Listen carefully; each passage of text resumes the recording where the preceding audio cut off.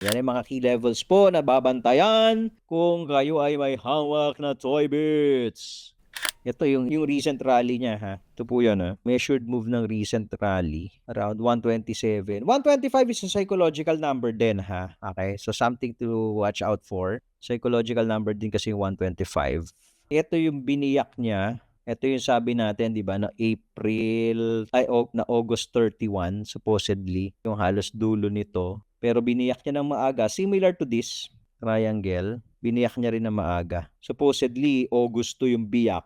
July 10 pa lang, 1 month earlier. So ito, almost 2 weeks earlier yung binasag. Pero makikita ninyo, nire-retest ha. So after nito, nag-record siya ng after the breakout, ilang percent to?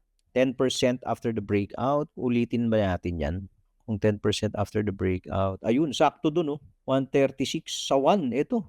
Kung 10% after the breakout. Ito po yung breakout point. Sinukat ko lang, 10%. Nasa 12 pala to. Hindi. Ito breakout itong all-time high.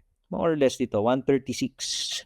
Yan. Yan ay mga key levels po na babantayan kung kayo ay may hawak na Toy Bits.